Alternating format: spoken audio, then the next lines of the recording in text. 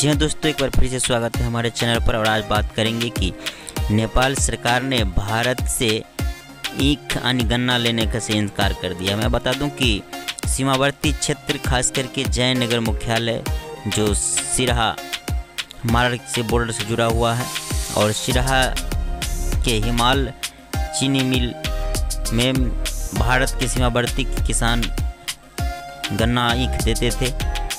लेकिन इस वर्ष नेपाल के मंत्रालय ने यह फैसला किया कि हम भारत का ईख नहीं लेंगे। इस पर यहाँ के किसानों ने सिरहा के सीडीओ से अपील किया कि आप दोबारा इस पर विचार कीजिए, और यहाँ के सीडीओ ने नेपाल के मंत्रालय को लिखित भेजा विचार के लिए।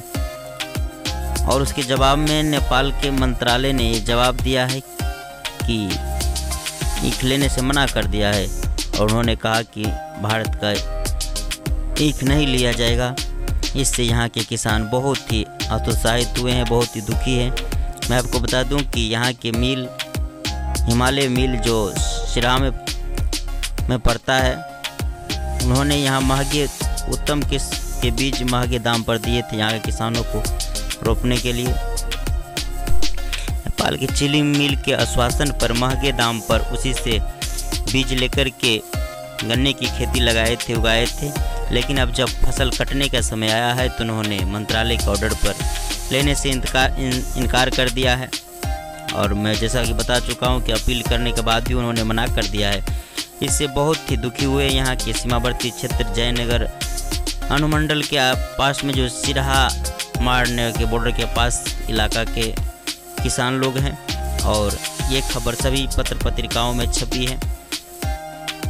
और साथ ही मैं ये बता दूं कि सबसे दुखद की बात ये है कि बिहार सरकार की जो अपनी चीनी मिल थी, जो भी बिहार के अंदर चीनी मिल थी, वो सारे बंद हैं। इस कारण से एकमात्र यहाँ से नेपाल जाने पर सीमावर्ती लोगों किसानों को राहत होती थी। और ये लोग बरसों से दे रहे थे चीनी मिलों में अपने गन्ना, और एकाएक रोक देने पर ये लोगों का फसल कई करोड़ों के फसल नुकसान हो रहे हैं, कटा हुआ पड़ा है। आप जब देख सकते हैं ये किसानों का तस्वीर, और ये लोग आक्रोशित हैं। नेपाल सरकार से तो कुछ नहीं कर सकते। साथ ही उन्होंने निर्णय किया है कि गणतंत्र दिवस 26 जनवरी के बाद इस पर सड़क पर उतरकर आंदोलन करेंगे बिहार सरकार और नेपाल सरकार के दोनों के विरोध में। क्योंकि नेपाल सरकार पर तो कुछ दबाव नहीं बनाया जा सकता, लेकिन बिहार सरकार इसका कोई समाधान निकाले कि स्वयं का अपना चीनी मिल प्रारंभ करे, जिससे कि नेपाल के ऊपर निर्भर न रहना पड़े।